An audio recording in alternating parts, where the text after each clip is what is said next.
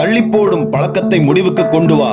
Stop procrastination. நம் கனவுகளின் மிகப்பெரிய எதிரி யார் தெரியுமா? தள்ளி போடுவது. செய்ய வேண்டியது என்னவென்று தெரிந்திருந்தும் பின்னர் என்று தள்ளி போடுகிறோம். அந்த ஒரு பின்னர் தான் வாழ்க்கையில் நாம் பின்னால் போக காரணம். இப்பொழுதே இந்த பழக்கத்தை உடைக்கும் 7 விதிகளை காணலாம். 1. தொடங்குங்கள்.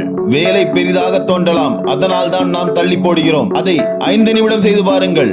சிறிய தொடக்கம் பெரிய முடிவை தரும். அதனால் எந்த ஒரு வேலையையும் தள்ளி போடாமல் உடனடியாக செயலாற்றுவது மிகவும் நல்லது.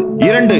2 minute ரூலை பயன்படுத்துங்கள். 2 நிமிடத்தில் செய்யக்கூடியதை உடனே செய்க. பிறகு என்று சொல்வதை விட இப்பொழுதே செய்யுங்கள். இந்த சிறிய 2 நிமிட வேலைகளை செய்வதன் மூலம் நீங்கள் வேலையை தொடங்குகிறீர்கள், தள்ளி போட விரும்புவதில்லை.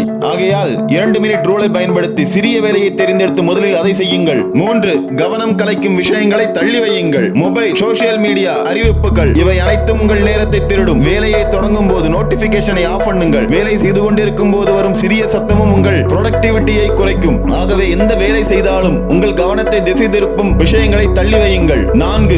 ஒரு வேலைக்கு ஏற்ற கால அளவை வைத்துக் கொள்ளுங்கள். எந்த ஒரு வேலையையும் தொடங்குவதற்கு முன்னர் ஒரு குறிப்பிட்ட கால அளவை அந்த வேலைக்காக செட் செய்து வைத்துக் கொள்ளுங்கள். உதாரணமாக ஒரு வேலைக்கு 30 நிமிடம் என்ற கால அளவை நீங்கள் வைத்திருந்தால் அந்த 30 நிமிடமும் எந்த கவனச்சிதறலும் இல்லாமல் அந்த வேலையை நீங்கள் செய்ய வேண்டும். இதனால் நீங்கள் குறித்த நேரத்திற்கு முன்பு வேலையை முடிப்பதற்கான வாய்ப்புகள் அதிகம். 5. விளைவை கற்பனை செய்யுங்கள். ஒரு வேலையை முடித்த பின் ஏற்படும் வெற்றியையும் நிம்மதியையும் கற்பனை செய்யுங்கள்.